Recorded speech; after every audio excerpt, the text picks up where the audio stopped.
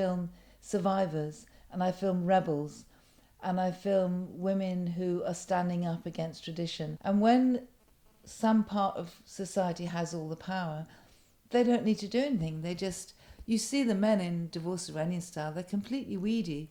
They go to the judge and they say, why didn't you lock her up? She kicked me. I mean, it's pathetic. They're going to the law for back up their rights, you know. Whereas the women are going to the law with passion, with tears, with lies, with subterfuge. They're fighting for their lives. It's so much more interesting watching the women and how they try and engage the judge, how they try and win their cases, which in their hearts they know they can't win because the law is against them. Whereas the men just say, look, the law's on my side. You know, what are you going to do about it? For me, that's a boring film. So, but having said that, we chose Judge Deldar, and Deldar in Farsi means sweet. It's called Judge Sweet, because he was a really kind man. He was a good man, and he was very conflicted. So part of him wanted a just solution for the women, but the big part of him as a judge knew that he had to give in favour of the men. So that was very difficult for him. It's like the conflict in the law itself and how this new modern society of women that go to school and that start learning about their rights is becoming in confrontation with Sharia law, which was, 500 AD, which was 1500 years ago, and doesn't really fit for modern Iran, and that is the tension.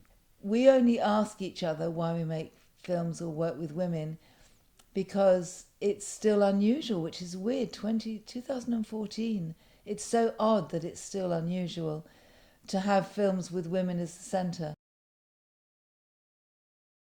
I'd like there to be a different mentality in our culture, and in all cultures, it's all about mindset. What I'm trying to do with the films, it's not so much changing laws, because in India, for example, it's illegal to be married under 18. But all these things go on really, really, millions of girls this happens to. It's not the law that needs to change because it's all in place. It's the mindset. And there's a wonderful German film called Lives of Others. I don't know if you've seen it. It's quite an old film as well. And it's about East Germany and this man spying on a family to incriminate them through a little hole in the wall. He's filming them. By watching this family, he falls in love with them and he changes.